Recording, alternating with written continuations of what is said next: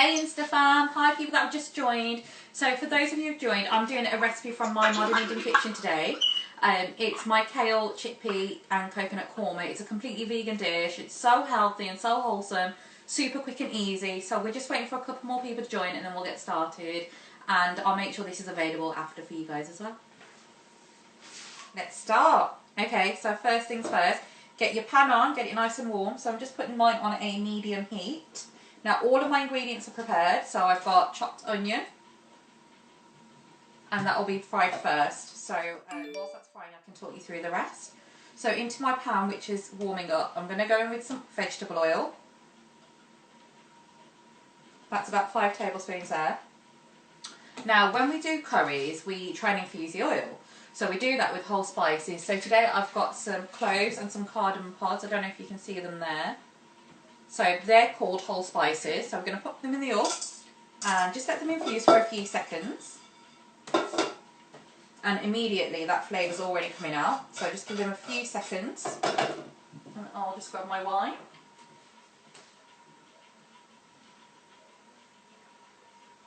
So once they're infusing, the next step is to go in with some cumin seeds. Now cumin seeds you don't traditionally put in a korma. But I just like the flavour of them. I like the earthiness. We're at home. It's hard to pack in flavour when you're out of ingredients. So I'm going to go in with some cumin seeds just for that earthy note. Now being a seed, they will have a bit of a crunch. So to get rid of that crunch, you just need to fry them out until they sizzle. Once your seeds sizzle in hot oil, you know they're ready. So we'll just give those a few minutes just to sizzle and release their own natural flavours. Right, okay, so cumin seeds have sizzled. So now I'm going to go in with the onions. And we're just going to fry those until they soften. Now to help the onions along, I'm going to use some salt. Salt's great for softening onions. So I've got some sea salt. I'm just going to go in with quite a bit of that because the dish does need it.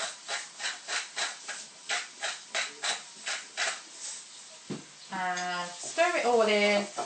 And this is the longest step. Everything else is super quick and easy. So I'm going to fry up those onions with the salt. Just let them brown, let them soften. Now this is fundamental to any curry dish because the onions, the way you cook them creates a depth of flavour for any dish. So for something like a korma, you don't want it too strong.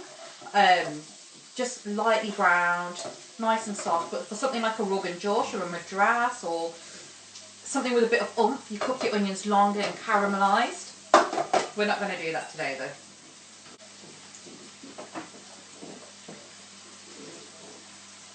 So on Insta then, for those guys that have just joined, I'm cooking a chickpea kale and coconut korma from my Modern Indian kitchen. If you want a copy of the book, let me know. I've got loads of copies, I can sign them for you. If you want a next day delivery, Amazon's great, Amazon Prime, Waterstones, WH Smiths, Barnes and Noble. There are so many shops where this is available, so go check it out. Which one's that one, Tish? That one's my Modern Indian kitchen. That's the first one. So this one's... Yeah. So, oh, Jimmy's just joined. Hi, Jimmy. Hello, Dennis. Hi.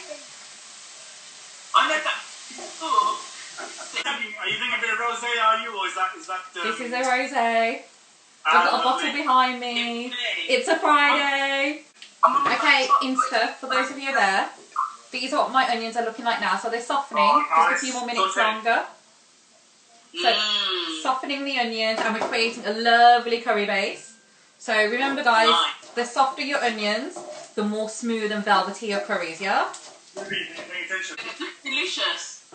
It smells amazing to be honest, and there's not even much going on right now, it's just onions frying, but when you fry them in spices, you just create this magical aroma. So I use whole spices like cardamom and cloves, which are perfumed and aromatic. Then we've got the earthiness from the cumin seeds, and I'm just frying the onions until they're brown and soften. And the darker the onions, the more depth of flavour we get, but like I said, it's a very delicate dish. So we don't want like really brown onions and a dark sauce. It's very light, it's coconut, it's kale, it's chickpeas, so things that are good for you. And it's associated with lightness and freshness. Something that you can keep in the fridge all week, and you know, it's great for meal prep on a Sunday night or a Monday evening. So it's something that I'm going to encourage a lot of people to get into. It is vegan and it's super healthy as well. Coconut's great for you, kale's great for you, chickpeas are good for you, so it's got all the good things. All the goodness. Patricia, tell us, right, you, obviously, we're in lockdown at the moment. Yeah. But one of the services you offer is personal catering, is that right? Yeah, that's right, I do, yeah. I'm not at the minute. I am doing some kits which were available at the launch party of the Delicious Book of Dal. So I'm selling my dal kits, and I think you get like 24 portions out of one kit for people to make dal at home.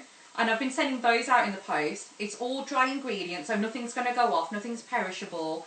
And those have done really well. Sold a few to some nurses at 50% off for their NHS, just because they can't go out shopping, but they still want to eat dal and soups, so it's great for them. So I'm doing that at the minute. But you know, if people do have, if they want to get in touch for catering, more than happy to do that as well. Okay, so how do we get hold of those then, Tish? Social media, just by sending me a message, getting in touch with my website, my social media. I think most people have got my number in our community anyway. Right, so my onions are softening. So this is what the onions look like. Awesome. Nice and softening. So we're ready for the next step. So now we're going to build on the flavour. We've got a nice aroma going on. We're going to build on some fresh heat. So in there, I'm going to stick in half a teaspoon of chilli paste. Just stuck some chilies in a food processor and blitz them down. Half a teaspoon of garlic paste. Garlic paste, puree, grated garlic, whatever you've got. It's not a fussy dish by any means. And then 1 whole teaspoon of grated ginger. Now at this minute, ginger's perfect for boosting your immunity and your immune system. So I recommend ginger a lot right now, and it's great. It works wonders. It's great for your sinuses, to open up your sinuses and all of that. So try and pack in ginger into your diet as much as you can, guys. Patricia, I love watching your little posts with your cooking and what have you with the family that you know, because obviously you're in isolation. Yeah. But I love those videos and pictures of all the food that you're cooking. You make me so jealous. Ah, thank you. Okay, so I've gone in with my ginger, garlic and chilli. That's cooked off now. So it doesn't take long, it literally takes a minute, and all you want to do is cook off the raw aroma. So I can no longer smell raw garlic, which means it's cooked. Now I don't want to overcook it because it'll go bitter. So I want to keep that freshness there, that fresh heat. So now that we've worked on whole spices, seeds and my fresh ingredients, next we're going to go in with some spices, powdered spices. So I've got some ground cumin powder. Cumin powder adds earthiness. So 1 teaspoon of that. Then some coriander powder. Again, that will add a bit more earthiness, but a little bit of like citrusy almost, a citrusy note. Then turmeric. Turmeric is amazing right now because, again, great for the immune system. So that's what my ground turmeric looks like. Good for the health, exactly. So we're just cooking off all the powders.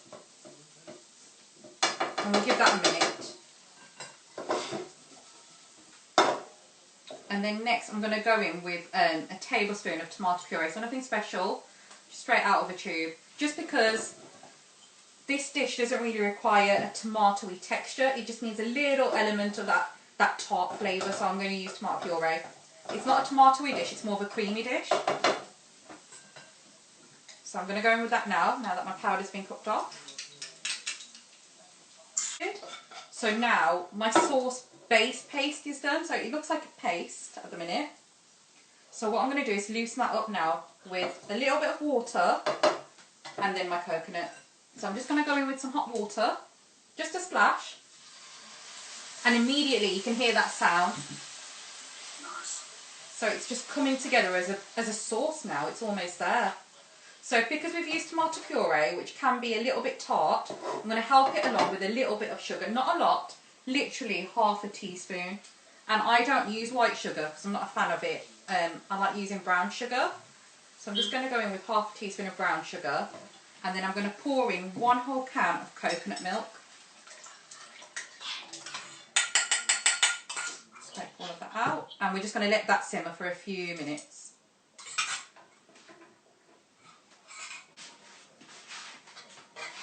It's just changed like so much, but so smooth and velvety.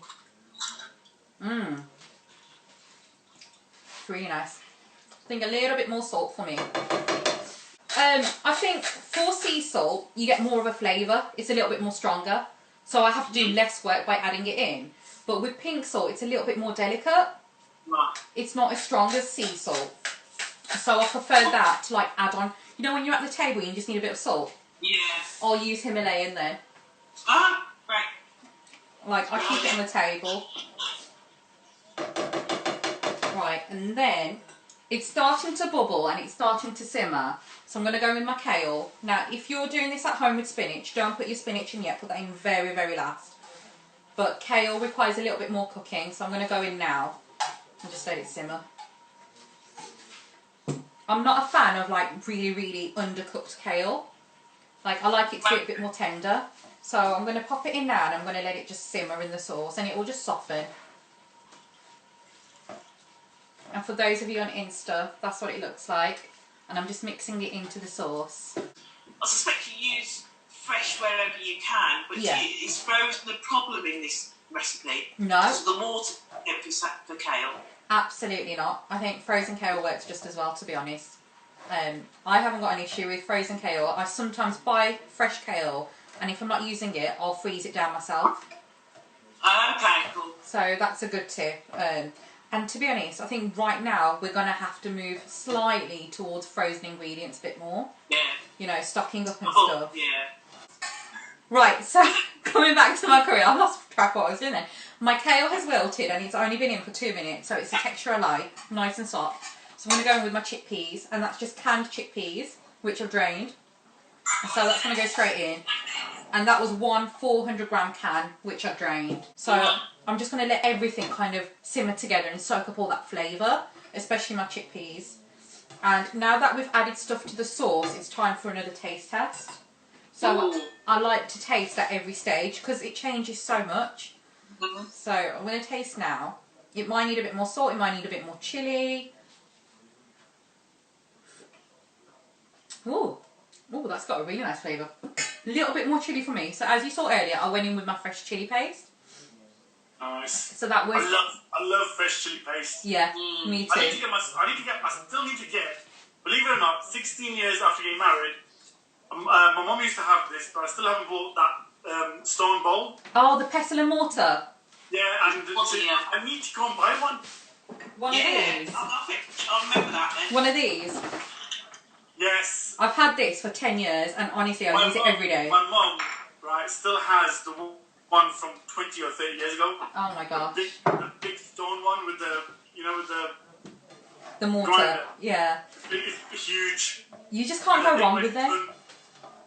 Right, so I was going to add some chilli. So I added fresh green chilli earlier. That was fresh, so it requires a little bit of cooking out. However, now, if I was to add that to my curry, it would remain a bit raw because there's no frying process now, just simmering. So to counteract that, I'm going to go in with some red chilli flakes. So they're dry, and this is the stuff you can add on pizzas, on pasta. It's dry. It doesn't require... What's that, sorry? Red chilli flakes. Ah. The last thing to go in now is a little bit of desiccated coconut, just to add some texture. Because it's dry, again, it doesn't require cooking. Desiccated coconut just adds a bit of texture and thickness. So literally just about 2 tablespoons, which I'm going to sprinkle in. And I just wish you guys could see what this looks like at home. Oh my god. Okay, now the final ingredient is garam masala. Now, garam masala varies from family to family, regions of India, Pakistan, it varies so much. It's literally a family recipe and every family is different. But it's a mix of whole spices that you leave in the sun. So every summer my parents leave it in the garden for a day, let it toast in the sun, they bring it into the kitchen, toast it in a pan, and then they grind it, hand grind it in a pestle and mortar. And then we'll crush it using like a coffee grinder and create a powder. So an instant, that's what it And is. Tish, can I just say, obviously you can buy these masalas ready-made from supermarkets. Yeah. I take mine from my mum. My mum gives me, right? Oh. But obviously you can buy these ready-made, so you don't have to make them yourself as well. Yeah, that's right. They're so easy to get now. Literally every supermarket. Right, so garam masala's gone in now, and that's the last stage. Because with garam masala, you don't want to cook it out. It's not a spice that you fry out. It's a spice that you finish with, and it just rounds your dish off. Some people do cook with it, and that's fine. For me, I like to finish with it. I give it 2 minutes of simmering, and that's it, I'm done. Just because I want to taste it in my final dish.